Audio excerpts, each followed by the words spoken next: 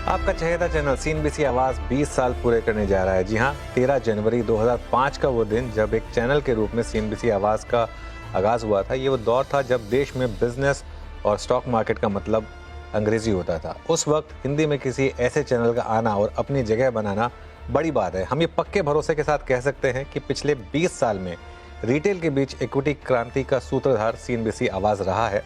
Equity culture को छोटे शहरों तक पहुंचाने में सीएनबीसी आवाज़ ने एक बहुत बड़ा योगदान दिया है।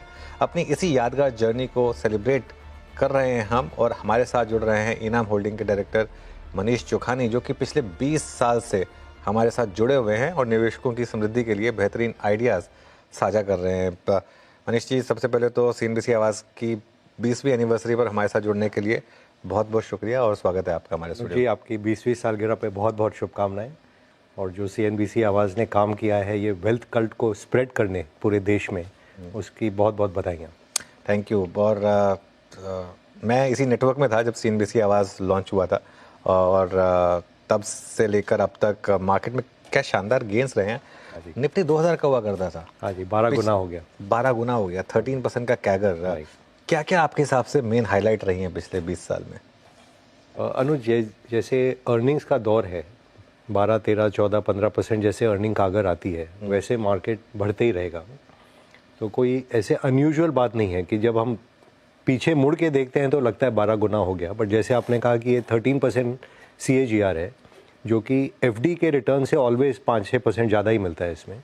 तो ये एक धारणा इतने सालों से हम सबकी कोशिश थी कि लोगों में ये फैले कि एक जवान देश में जवान जो आदमी या औरत है वो थोड़ा रिस्क लेके अपना वेल्थ क्रिएशन कर सकते हैं। और अगर आप में क्षमता है कि आप लॉन्गर ड्यूरेशन के लिए मार्केट में इन्वेस्टेड रहें तो असली धन बिजनेस से बनता है, ना कि आप बैंक में जाके उसको डिपॉजिट में रख दें।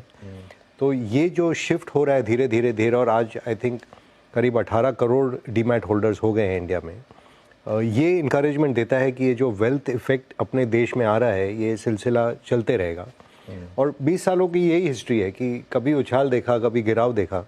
बट जब आप टाइम पीरियड देखते हैं 5 साल, 10 साल, 20 साल, उसमें देखते हैं कि अल्टीमेटली तो आप कमा के ही निकलते हैं यहाँ से। सो आई थिंक वो सेंट्रल लेसन रहना चाहिए। बिल्कुल। ये वो फेज़ था जिसमें हमने मार्केट में अपर सर्किट भी देखा था 2009 में, और कोविड के टाइम पे लोअर सर्किट भी देखा था। लेकिन अगर लॉन्ग टर्म का चार्ट देखेंगे तो वो सिर्फ एक एज डिस्टेंट छोटा ब्लिप दिखेगा। लेकिन बड़ा सवाल यही है कि फिर वो जो छोटे ब्लिप उस समय बड़े लगते हैं, उसमें फिर कैसे मतलब बचा जाए? बट यही मैं कह रहा हूँ कि अगर इसी 2-3 एकदम जो मूल सिद्धांत हैं कि अगर आपकी एसेट एलोकेशन ठीक हो और आप ओवर लेवरेज ना हो, देन आप मार्केट से डर के हट नहीं जाते हैं जब छोटा मोटा क्राइसिस आता है, एंड आप लगे रहते हो। और हर बिजनेस को कमाने में टाइम लगता है। तो ऐसा नहीं कि क्योंकि मैंने आज शेयर ले लिया वो कल से बढ़ जाना चाहिए। जैसे अब का भी जो दौर चल रहा है, मार्केट ने 3-4 साल एकदम तेज़ी देखी है, अब उसको थोड़ा डाइजेशन का पीरियड चाहिए। तो उसमें अगर आप उदास हो जाए कि मार्केट घट रहा है, चल नहीं रहा और मैं निकल जाऊँ, तो जो मार्केट के मैक्सिमम रिटर्न आई थिंक साल के 20 दिन में आते हैं। और वो अगर उस 20 दिन में आप मार्केट में इन्वेस्टेड नहीं हैं तो वो गैप निकल जाता है और आपके हाथ में शेयर निकल जाते हैं फिर। तो ये खाली यही लेसन है कि आप इन्वेस्टेड रहें, अपना एसेट एलोकेशन ठीक रखें, और जो पोर्टफोलियो मिक्स है वो कभी कभी टिल्ट हो जाता है कि एक सेक्टर ओवर डोमिनेट करता है। जैसे IT एक बार बीच में हो गया था, डिफेंस लास्ट ईयर हो गया था, या स्मॉल कैप ज़्यादा हो जाते हैं, लार्ज कैप कम हो जाते हैं। वो खाली बैलेंस बना के बैलेंस वे में आप चलें तो ये 13% जो आपने 20 साल का रिटर्न बताया है, नथिंग अनयूजुअल, ये सिलसिला चलने ही वाला है। उसमें एक और चीज़ जो इंटरेस्टिंग है, जो हम ग्राफिक्स प्ले भी कर रहे हैं, निफ्टी का 13% का कैगर है, मिड कैप का उससे थोड़ा ज़्यादा और स्मॉल कैप का उससे भी ज़्यादा। तो मिड कैप का 15% का कैगर है, स्मॉल कैप का 16% है। अभी कहने को अभी देखिए 13% से 1075% हो गया, लेकिन इसमें आप थोड़ा सा और जोड़ दें, एक बार मिड कैप और स्मॉल कैप दिखा दें अगर, तो वो 13% को हल्का सा बढ़ा दें, 15 पे ले आएँ तो वो 10 गुना का 16 गुना हो गया, इधर 11 गुना का। तो एक सवाल जो लाजमी है कि क्या ब्रॉडर मार्केट इसी तरीके से आउट परफॉर्म करती रहेगी जो हमने कई सालों से देखा है? ये हम खुद एनएम ग्रुप भी जो है, we have been creatures of new companies coming to market. जैसे 90s में जब मैं चालू किया तो उस टाइम दौर था इन्फोसिस, मैरिको, ZTV और ये सब नए नए बिजनेसेस आए थे। और जब एक नया बिजनेस चालू होके अल्टीमेटली लार्ज बिजनेस बनता है, उसमें वेल्थ क्रिएशन मैक्सिमम होती है, बट मोर्टेलिटी रेट भी ज़्यादा है। तो आज हमें जो विनर्स हैं उनके नाम याद रहते हैं, जो लोग बीच दौर में दे डोंट मेक इट, उनको हम भूल जाते हैं। तो जो इंडेक्स में रिटर्न दिख रहे हैं, it is a survivorship bias, कि जो आप 3-4 अच्छे शेयर रख लिए, जैसे आईटी में अगर आप देखें तो इन्फोसिस कहीं है एंड 4-5 कंपनियां जो आज साफ है और वो है ही नहीं। तो if you are lucky you are in Infosys, और अगर आप जो fly by night type companies थी जो एकदम साफ हो गई, उनमें रह जाते तो आपको कोई रिटर्न नहीं मिलता। तो जो mid cap definitely should be a part of everyone's portfolio, but in moderation, because एक लेवल आपको थोड़ा सेफ्टी चाहिए लार्ज कैप्स का, एंड देन जो एक्सेस रिटर्न आता है वो mid cap also, if you stay invested during a particular expansionary cycle in the economy. तो ये आई मीन दुनिया का ही दस्तूर है। जैसे इंडिया वर्ल्ड में एक मिड कैप है, अमेरिका लार्ज कैप है, मेगा कैप है लार्ज, तो वो अपना भी जब दौर आ रहा है कि हम बढ़ रहे हैं और ये मिड कैप से लार्ज कैप की तरफ जा रहे हैं, अगले 20 साल में होपफुली हमें देखने मिलेगा कि भारत देश एक लार्ज कैप हो गया दुनिया में। बिल्कुल, मैं पढ़ रहा था कि जो ओरिजिनल निफ्टी 50 था उसमें सिर्फ 6 स्टॉक बाकी हैं। ओह, इज दैट राइट? अच्छा, मैंने भी ध्यान नहीं दिया। I think Hindustan Unilever, right, Reliance, और आई थिंक 3-4 और स्टॉक्स होंगे जो ओरिजिनल निफ्टी 50 के हिस्सा थे। और उसके बाद खैर कई स्टॉक्स उसके बाद लिस्ट हुए हैं, जैसे TCS तो काफ़ी बाद में लिस्ट हुआ है, तो उस हिसाब से। राइट। तो मनीष जी, फिर इस समय हम जिस मार्केट में हैं अब इस समय, इस मार्केट में आपको लगता है कि कमाई के मौके हैं, या फिर अभी ये मार्केट, क्योंकि हम इस बार जो गिरे हैं वो एक ख़राब अर्निंग्स के पीछे गिरे हैं, क्या इस समय मार्केट में आपको लगता है कि कुछ समय हमें बिताना पड़ेगा जिसमें हम रिटर्न की एक्सपेक्टेशन ना रखें? सी, हम लोग रिसेंटली एक स्टॉक मार्केट ग्रुप की गैदरिंग हुई थी, उसमें यही एक चर्चा का विषय था। तो ये था कि कभी कभी आपको चाहिए कि एक पीरियड डाइजेशन का भी होना चाहिए, कि आपने बहुत भोजन खाया है तो एक बार थोड़े घंटे निकाल दीजिए कि भोजन पच जाए, ताकि अगला भोजन आप कर पाएँ।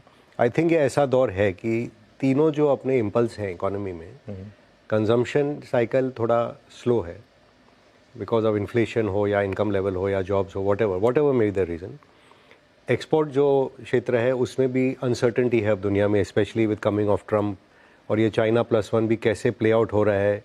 उनकी खुद की सरप्लस $1 ट्रिलियन हो गई है, इंडिया में इतने एक्सपोर्ट बढ़े नहीं हैं, FTAs इतने साइन हुए नहीं हैं। तो ये भी एक दौर है जिससे भी हम गुजर जाएंगे। और तीसरा जो केपेक्स साइकिल है, जो कि पिछले दशक में कॉर्पोरेट सेक्टर ने बहुत लोन लेके एक्सपेंड किया था, 5-10 अगले साल के केपेक्स लगा दिए थे, तो वो भी थोड़े अब डिमांड को थोड़ा सबड्यूट देखे वो भी धीरे एक्सपेंशन कर रहे हैं। तो तीनों जो मेन इम्पल्स के सेक्टर हैं, तीनों में up to expectation the expansion is not visible, whereas market has over discounted almost कि ये 20-25% तो ग्रोथ आएगा ही आएगा। और वो जब नहीं दिखता है तो एक बार you have to set back and recalibrate कि यहाँ से कहाँ जाना है। आई थिंक वो दौर अपना हो रहा है अभी। इस दौर में क्या होता है कि entire market will not fall and give you an opportunity on one day. वो जैसे आपने कई शहरों में देखा होगा 25-30% शेयर घट गए हैं, इंडेक्स में आपको बेरली 10% दिखा होगा, बट काफ़ी जो शेयर है वो 25-30% में भी सम ज़्यादा भी घट गए हैं। तो जहाँ पे आपकी अंडरस्टैंडिंग है और जहाँ पे आपका कॉन्फिडेंस है और आपका टाइम होराइजन थोड़ा लंबा हो, वहाँ पे वन शुड स्टार्ट लुकिंग। वो वैसे गैदरिंग जो है काफ़ी हुज हु की गैदरिंग, वो जयपुर में जो आप लोगों की राधा किशन जी ने अपने 40 साल पूरे करने के लिए निमिष भाई के साथ बहुत अच्छा गैदरिंग उन्होंने किया था, and all of us were so thankful. बहुत ही मज़ा आया। क्या निकल कर आया उसमें से कुछ अगले 20 साल की? नहीं, well that was a private gathering, तो मैं ज़्यादा नहीं बात करूँगा, बट एक चीज़ मैं ज़रूर कहूँगा कि हमारा ऐसा एक प्रोफेशन है या ग्रुप है जो एक दूसरे के सक्सेस से खुश होते हैं लोग। मैंने बाकी काफ़ी इंडस्ट्रियों में देखा है कि वो ईर्ष्या की भावना रहती है कि वो आगे निकल गया, वो मेरे से ये कर दिया। यहाँ पे सब एक दूसरे को देख के खुश होते हैं, प्रफुल्लित होते हैं कि देखो ये भी अच्छा कर रहा है, ये भी अच्छा कर रहा है, ये भी अच्छा कर रहा है। और हम सब मिल के ऑलमोस्ट, जैसे मिडनाइट चिल्ड्रन एक बुक आई थी कि आज़ादी के दौर में जो लोग निकले थे वो सब खुश थे, वैसे ही ये दौर के जो लोग हैं सब साथ में कि सब खुश है कि सब एकदम all have done really well. और आप सबने बहुत वेल्थ भी बनाई है ऑब्वियसली, तो वो भी एक अच्छी चीज़ है। और एक और चीज़ जो मुझे अच्छी लगती है कि आप जितने भी सब वेल्थ क्रिएटर्स हैं वो काफ़ी सोसाइटी को गिव बैक भी कर रहे हैं, वो भी एक अच्छी चीज़ है। मार्केट में फिर मनीष जी यहाँ से लेकर अगर हमने पिछले 20 साल में 13% का कैगर देखा है निफ्टी में, जो आज की जनरेशन अब स्टॉक मार्केट में एंटर कर रही है, उसका फिर यही सवाल होगा कि क्या फिर वो अगले 20 साल में भी उस तरीके की कैगर बनेगी या नहीं बनेगी? क्योंकि जैसे जैसे आप धीरे धीरे बड़ी मार्केट बनते जाते हैं, वो अपॉर्चुनिटीज शायद थोड़ी कम हो जाती हैं उस हिसाब से। नहीं अनुज, जैसे आपने कहा जो the history never repeats but it rhymes. और जब मैं आया था इस मार्केट में 1990 में, तो उस टाइम जैसे सेंचुरी, मफतलाल, टाटा स्टील, ये सब बड़े शेयर होते थे। और ये चेंज हुआ और बाय 2000 के दशक तक it was Hindustan Lever, HDFC, इन्होंने लीडरशिप ले ली थी। And then of course IT sector took leadership. उसके बाद जैसे टेलीकॉम सेक्टर आया, प्राइवेट बैंक्स आए, अब जैसे ये प्लेटफॉर्म कंपनीज आ रहे हैं। तो the pace of change in any capitalist society is towards जो इनोवेशन ज़्यादा करेगा, जो ज़्यादा मेहनत करेगा, क्योंकि market is rewarding rate of change. आप भले ही 1 लाख करोड़ प्रॉफिट कमा लें, बट अगर आपका ग्रोथ रेट 3-4-5% है तो कोई उसको मल्टीपल नहीं मिलेगा। और वही चीज़ आप 1000 करोड़ कमा रहे हैं और आप उसको 40% पे कंपाउंड कर रहे हैं, जैसे कि आज ये डिफरेंस आपको दिखने मिल रहा है in a great company like SBI और HDFC। The absolute profit is $10 billion और जोमेटो में आज 1000 करोड़ प्रॉफिट है। बट वो लग रहा है कि ये 50-100% कंपाउंड हो सकता है अगले 4-5 सालों के लिए। तो वहाँ एक्साइटमेंट है, यहाँ एक्साइटमेंट कम है। हमारा जो जॉब ये है कि हमें देखना है कि what is in the price and what is not in the price. तो कहीं पे निराशा के भाव मिलते हैं, वहाँ पे गेन मिल सकता है, और कहीं पे एक्सूबरेंस के भाव हैं जो कि आगे जाके डिसअपॉइंटमेंट हो रहा है।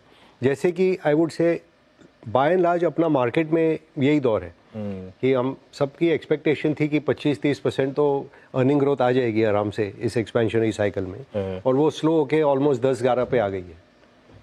बिल्कुल। अच्छा मनीष जी, मैं वो लिस्ट देख रहा था, ओरिजिनल जो स्टॉक्स थे सेंसेक्स के 1986 में, Hindustan Unilever, ITC, Larsen and Toubro, Mahindra and Mahindra, Nestle, Reliance और टाटा स्टील। सिर्फ ये स्टॉक्स हैं जो, और एक आध स्टॉक्स हैं जो इस जनरेशन ने सुने भी नहीं होंगे शायद। प्रीमियर ऑटो उसमें से एक स्टॉक है जो हुआ करता था। बॉम्बे डाइंग उस समय निफ्टी में हुआ करता, सेंसेक्स में हुआ करता था। बल्लारपुर उस समय सेंसेक्स में हुआ करता था, जिसका आज कहीं नामो निशान भी नहीं है। इंडियन रेयन, ये जितने भी नाम मैंने गिनाए, आपने सब पीक पे देखे हैं। इनसे क्या गलतियां हुई जो अगले 20 साल में आज की ग्रेट कंपनियों को नहीं करनी है? ये हिस्ट्री का लेसन ये है कि आप समय के साथ नहीं बदलते हो, नई टेक्नोलॉजी अडेप्ट नहीं करते हो, तो आप पिछड़ते जाते हो। और ये अपने देश के साथ भी हुआ था। अगर आपको याद है, जब भारतवर्ष 30% वर्ल्ड GDP का हिस्सा होता था और इंडस्ट्रियल रेवोल्यूशन मिस किया, invention of gun powder miss किया, तो मिलिट्री वे में हारे, और फिर जो काम करते थे आर्टिजन हार गए मशीन के खिलाफ। फिर जब इंडस्ट्रियल एज शिफ्ट हुआ और IT एज आया, तो हम सबके ऑलमोस्ट IT वर्कर्स बन गए। We were not the inventors of the platform, जो कि आज आप देख रहे हैं अमेरिका में या चाइना में, they are controlling the platforms, कि अमेजोन हो या गूगल हो या माइक्रोसॉफ्ट हो। हमारे इन्फोसिस, TCS ने सब ने काम किया इनके लिए, पर वो प्लेटफॉर्म हम नहीं ओन कर पाए।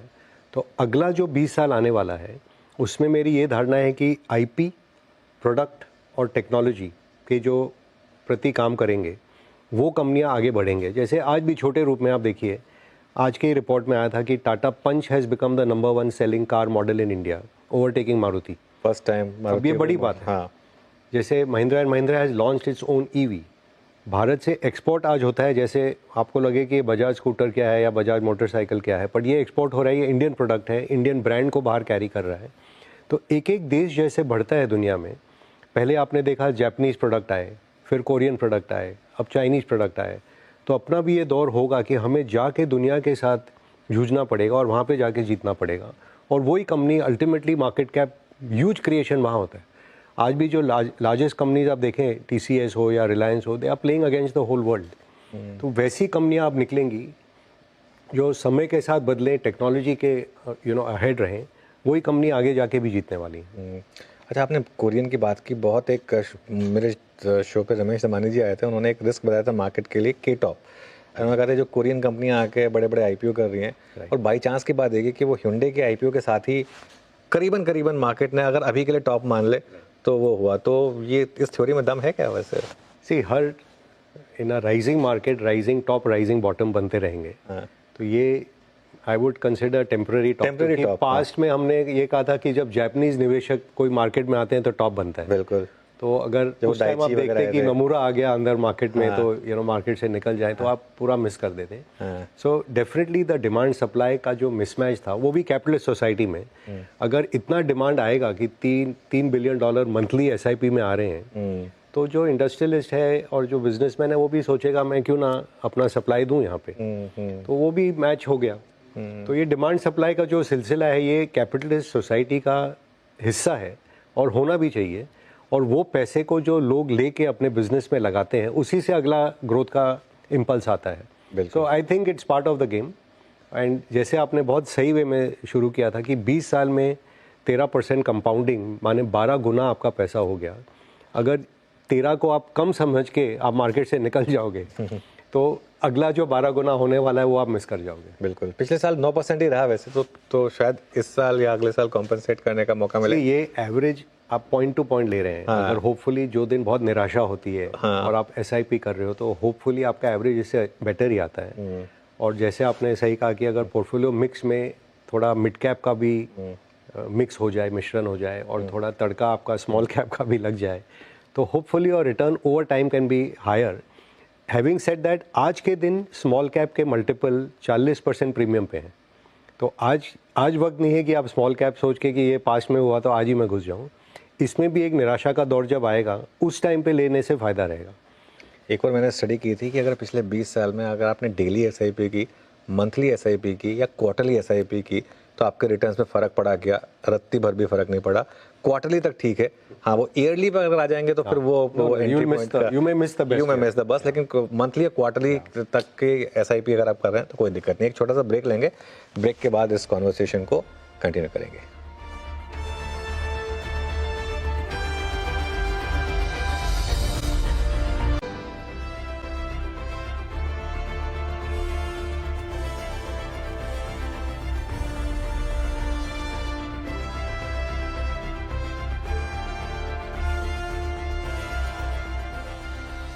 Welcome back.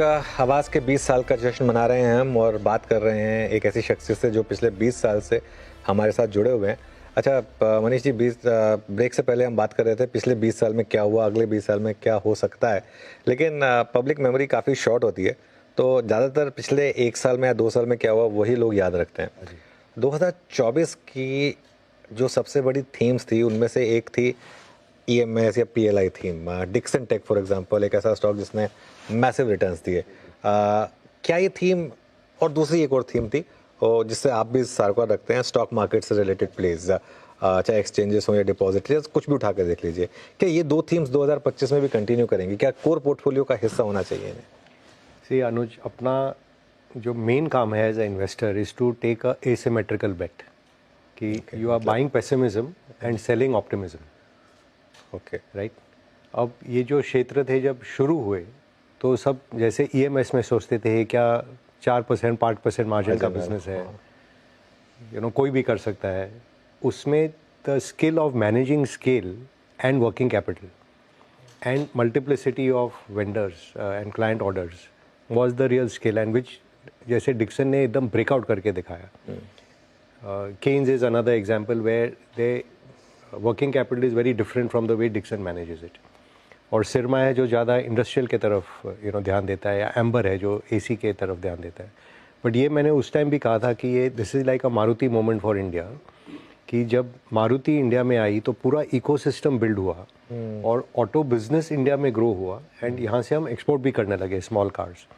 सो ये जो कमिंग ऑफ एप्पल हुआ इंडिया में, कि जैसे कल भी जेक सलिवन ने कहा कि 25% एप्पल का प्रोडक्शन इंडिया में होगा, सैमसंग भी यहाँ आएगा, फॉक्सकॉन भी यहाँ है, तो ये एक इकोसिस्टम बन रहा है। टाटा इलेक्ट्रॉनिक्स की काफ़ी बड़ी कंपनी इसमें खड़ी हो रही है, तो ये एक इकोसिस्टम बन रहा है जिसमें ग्रोथ पोटेंशियल बहुत है। ये लोग आसानी से आई थिंक 30-40% कागर अगले 3-4 सालों में सब बात कर रहे हैं। बट क्वेश्चन इज़, अब आप मल्टीपल दे चुके हो 100 गुना से ज़्यादा, तो अगर आप 40 ग्रो करते हो और 100 के पी हो तो 100 का आपका मल्टीपल घट के समझिए 75 हो जाएगा या 65 हो जाएगा, even if you grow 50%। Still then you grow 1 more year तो आपका 40 हो जाएगा या 45 हो जाएगा। Still you grow then you will, तो एट सम पॉइंट ये पी आके 15-20 पे आके सेटल होने चाहिए, क्योंकि ultimately return of the business is that only. तो अब कितने साल का ग्रोथ आप आगे पे कर रहे हो और आप में पेशेंस है कि मैं इसे देखूं। Same thing about are capital market, कि आई रिमेंबर जिस साल आई थिंक दिवाली शो में बात की थी हमने कि ये कैपिटल मार्केट थीम है, म्यूचुअल फंड थीम है, एंड सब ये तो सेबी इसको मार रहा है, इनको ज़्यादा के ज़्यादा कानून लग रहे हैं, या ये 10 बेसिस पॉइंट का ब्रोकरेज बिजनेस बच गया है, वेल्थ मैनेजमेंट में जो आरएम है वो सारा प्रॉफिट ले जाते हैं। बट ये जो सेक्युलर शिफ्ट हो रहा है फाइनेंशियलाइजेशन ऑफ इंडिया, कि नॉट ओनली आज कैपिटल मार्केट थीम है, ये आप देखिएगा 1.5 साल में वापस बैंकिंग के तरफ सब उछाल आएगा, क्योंकि जब अप साइकिल में आपको लगता है कि ये ग्रोथ अनलिमिटेड चलते ही रहेगा, दूसरे साइड को आप नेग्लेक्ट करते हो, वो एग्जैक्टली रिवर्स हो रहा है उस टाइम और आज में। तो ये थीम एज अ बिजनेस चलेंगे, बट शेयर के भाव इन मेनी केसेस आर सबने discounting a lot of the future. ये जो आपने बात कही ना मुझे बहुत अच्छी लगी, लेकिन एसिमेट्रिकल जो आपने बात कही इसमें, लेकिन कई बार रिस्क होता है ना, अगर आपने इन्होंने को आज ही बेच दिया फॉर एग्जांपल, कहीं जल्दी तो नहीं बेच दिया, या फिर कुछ कहीं जल्दी खरीद तो नहीं लिया, तो उसकी टाइमिंग कैसे करें फिर? सी उसका कोई जवाब नहीं है। मैं अगेन एग्जांपल देता था कि आई थिंक इन्फोसिस 2000 के साल में या 2001 में जब टॉप बना था, it was almost in dollar terms I am talking now, $45 billion market cap हो गई थी।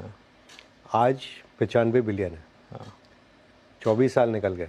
तो डॉलर टर्म में डबल है। आई मीन इन रूपी terms it's done better, but in dollar terms it कुछ भी नहीं, बिकॉज ऐसा क्लाइमेटिक टॉप बनाया उस टाइम पे कि अगर आप उस यूफोरिया में अगर आप नहीं बेच पाए तो the company did well, no doubt, and company continues to do well, but as a investor it was your job to see what am I paying for. आज जो ये 100-150 के पी मल्टीपल चलते हैं, एटलीस्ट आई फील जैसे not I am in the same league, but जैसे सुनील गावस्कर आते होंगे और ये T20 के स्ट्रोक देखते हैं, ये सूर्य कुमार यादव क्या खेल रहे हैं, who is a great captain today.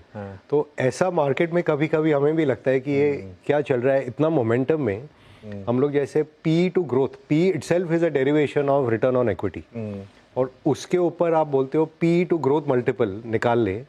हम लोग गिनते थे कि 0.5 0.6 तक ले ले तो ठीक है। आज मानते हैं कि इसको 2 टाइम्स ऑफ ग्रोथ पे भी ले लें पी को, तो कोई प्रॉब्लम नहीं है। जैसे मैंने आपको उदाहरण दिया EMS में 40-50% ग्रोथ है और 100 का पी है, तो you are paying a lot today, और ये ऑलमोस्ट नॉन मैथमेटिकल मार्केट हो गया है कि मोमेंटम जब तक है तब तक हम जारी रहेंगे। एंड ये ऑल्सो एग्जैजर्बेट हुआ है 2 चीज़ों से। एक तो the advent of algorithms who take a trend and extend it maximum. बिल्कुल। ETF जो प्राइस अग्नोस्टिक रहते हैं because they have to play along with the indices. And third is retail जो कि प्योर मोमेंटम खेलते हैं। मैंने पास्ट में भी कहा 3 शेयर मैं इंडिया में देखता था, yes bank, idea, Vodafone and Suzlon. Maximum volume यहाँ होते थे, मैक्सिमम। अब किसी को पूछो कि इनमें क्या कमाई है, क्या होने वाला है, किसी को धारणा नहीं, बट थीम अच्छा है। रिन्यूएबल एनर्जी में सुजलॉन है, बैंकिंग में येस बैंक है, टेलीकॉम बहुत अच्छा है, आइडिया, उस पर अनाप शनाप पैसा लग रहा था। इसमें सब में 30% करेक्शन हो गया है। तो बिना जाने कि क्या होता है you can lose money. So it's not only climatic top, sometimes euphoria in a certain share also tells you कि something is missing over here. जितने इंडियंस के पास वोडाफोन आइडिया, उनमें से 25% के पास भी भारतीय नहीं है। ये मतलब एक and exactly, and the absolute money wealth was made in भारतीय। 110-120 बिलियन डॉलर का मार्केट कैप बन गया। बिल्कुल। एंड आज भी अगर जैसे रिलायंस जियो कह रहे हैं कि उनका होपफुली IPO आएगा टेलीकॉम का, और वो भी 120-130 बिलियन से कम में नहीं आएंगे, तो डेफिनेटली भारतीय potentially could lift off even more. Absolutely. चलिए, खैर आपने एक एग्जांपल अच्छा दिया सूर्य कुमार यादव का, शुक्र है कि विराट कोहली का नहीं लिया। नहीं, बट सी जैसे हर ग्रेट प्लेयर के अप डाउन साइकिल होते हैं, स्टॉक्स में भी होते हैं। तो दैट्स ऑल आई से कि if you don't change with the times and you don't stay ahead and keep practising, क्योंकि वो फर्स्ट टाइम जो डेब्यूटेंट बॉलर है वो भी कभी कभी सचिन का विकेट ले लेता था। तो ऐसे कोई सोच ले कि मैं ही सबसे शाना हूँ और मैं ही जानता हूँ, अपना भी विकेट यहाँ गोल हो जाए। तो we have to keep learning. हमारे बिजनेस का मेन सिद्धांत ये है कि we are life long learners, life long student. And जो कमाई होती है वो बिजनेसमैन के पीछे होती है। तो जैसे कहते हैं वो बुलक कार्ट के नीचे जो कुत्ता घूमता है, हम लोग अपने आप को अगर वो ह्यूमिलिटी से रखें कि उनके छांव में हम चल रहे हैं एंड वेल्थ क्रिएटर वो हैं, it will be better for all of us. चलिए फिर इसी हम्बल नोट पर इस शो को यहाँ समेटेंगे। मनीष जी, बहुत बहुत शुक्रिया आज हमारे साथ जुड़ने के लिए और अच्छा लगा आपसे बात करके। Thank you so much. चलिए आप जुड़े रहिए CNBC आवाज़ के साथ।